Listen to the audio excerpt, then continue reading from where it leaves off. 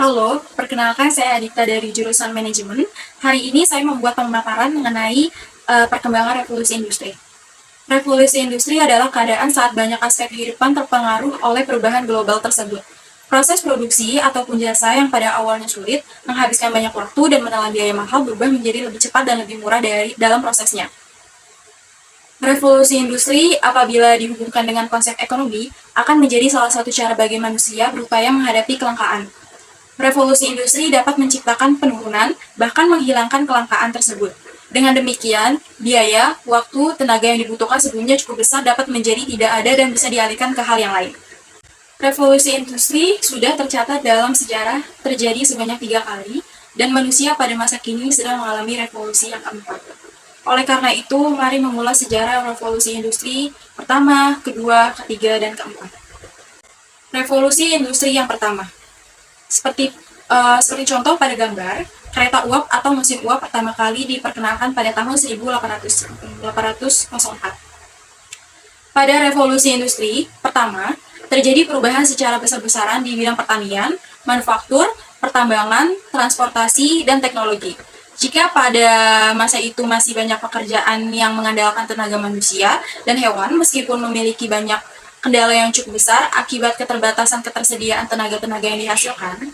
Namun, setelah adanya revolusi industri pertama, semuanya berubah ketika ditemukannya sebuah alat penenun benang mekanik pada tahun 1784 oleh James Watt. Hal ini menyebabkan tenaga manusia maupun tenaga hewan tidak lagi dibutuhkan yang mengakibatkan banyaknya pengangguran meski jumlah produksinya meningkat. Penemuan mesin uap ini meningkat penghasilan per kapita negara menjadi 6 kali lipat. Perubahan pada moda transportasi seperti transportasi laut yang menggunakan tenaga angin, meski angin tidak dapat diandalkan sepenuhnya. Maka dengan penemuan mesin uap James Watt, kapal dapat berjalan 24 jam dengan mengandalkan mesin uap. Revolusi industri kedua. Seperti pada gambar di samping, revolusi industri kedua terjadi di awal abad ke-19 sampai abad ke-20. Ditandai dengan munculnya listrik yang membuat hasil produk jauh lebih murah daripada sebelumnya. Akan tetapi, kendala lain yang ditemukan pada masa tersebut menyangkut masalah dalam proses produksi, yaitu pada bagian proses transportasi. Guna mempermudah proses produksi di dalam pabrik yang biasanya cukup luas, dibutuhkan alat transportasi yang dapat mengangkut barang berat seperti mobil yang sangat dibutuhkan. Sebelum masa revolusi industri kedua, proses pengerjaan perakitan mobil hanya dilakukan di tempat yang sama. Di tahun 1913, terciptanya sebuah lini produksi yang menggunakan ban berjalan. Penemuan tersebut mengakibatkan produksi mobil yang sebelumnya dirakit oleh banyak orang kini dapat diproduksi secara massal. Hal itu disebabkan proses produksi diubah total dengan memberikan latihan kepada pekerja agar dapat bekerja menekuni satu bidang dan terorganisir sesuai dengan spesialisnya, bekerja mengurus satu bagian saja. Revolusi industri ketiga. Seperti pada gambar, di kehidupan modern, para robot semakin diperlukan untuk membantu aktivitas manusia seperti yang terjadi di pabrik mobil.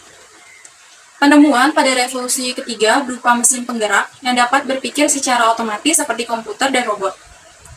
Pada masa revolusi ini, terciptanya teknologi komputer menjadi pertanda cikal bakal kemudahan pekerjaan. Jika revolusi sebelumnya masih dikendalikan oleh manusia, maka pada revolusi industri yang ketiga ini sudah menggunakan sistem otomatisasi yang dikontrol oleh komputer. Di samping itu, sistem komunikasi juga telah berubah menjadi teknologi digital sehingga penyebaran akses informasi semakin cepat. Hal inilah yang membuat revolusi ketiga ini memiliki sebutan yaitu revolusi digital. Berbagai penemuan seperti semikonduktor, disusul transistor, dan integrate chip membuat ukuran komputer semakin kecil, kebutuhan konsumsi daya listrik semakin sedikit. Revolusi industri keempat. Seperti pada gambar di samping, contohnya menu GoFood di aplikasi Gojek. Zaman revolusi industri keempat ini adalah di mana tren di dunia industri yang menggunakan teknologi otomatisasi dengan teknologi cyber. Era revolusi industri keempat telah menjadi topik perbincangan semua kalangan, mulai dari pemerintah, masyarakat, bahkan perusahaan pun berusaha mengerahkan berbagai macam strategi untuk menghadapinya. Perubahan pada industri keempat telah mengembangkan teknologi berkelanjutan seperti internet, komputerisasi, microchip, Internet of Things, IoT, deep learning, kecerdasan buatan atau AI, dan machine learning. Hal yang pertama kali dirasakan dalam revolusi industri keempat adalah internet. Semua komputer tersambung ke sebuah jaringan raksasa. Visi komputer makin kecil dan berubah menjadi sebesar genggaman tangan. Kemampuan software semakin meningkat sehingga dapat merevolusi setiap proses mulai dari produksi hingga distribusi. Sistem machine learning dapat mengumpulkan data historis sehingga terbentuklah algoritma pada mesin pencarian. Pengembangan IoT bersamaan dengan teknologi baru seperti dalam bidang robotik, sains, dan lain sebagainya membawa pengaruh yang cukup banyak bagi kehidupan di dunia. Banyak aktivitas seperti pekerjaan dan pada gaya hidup manusia berubah menjadi lebih praktis. Contohnya teknologi yang belum pernah ada sebelumnya seperti aplikasi ojek online, tarik tunai lewat ponsel, dan belanja lewat marketplace. Ojek online selain menjadi transportasi, juga mengembangkan software dibuat berbagai macam fitur untuk tarik tunai, memesan makanan, hingga menjadi kurir antar barang. Sama dengan ojek online, marketplace pun juga mengembangkan software sama seperti ojek online, dengan penambahan fitur-fitur canggih yang bisa mempermudah aktivitas keseharian.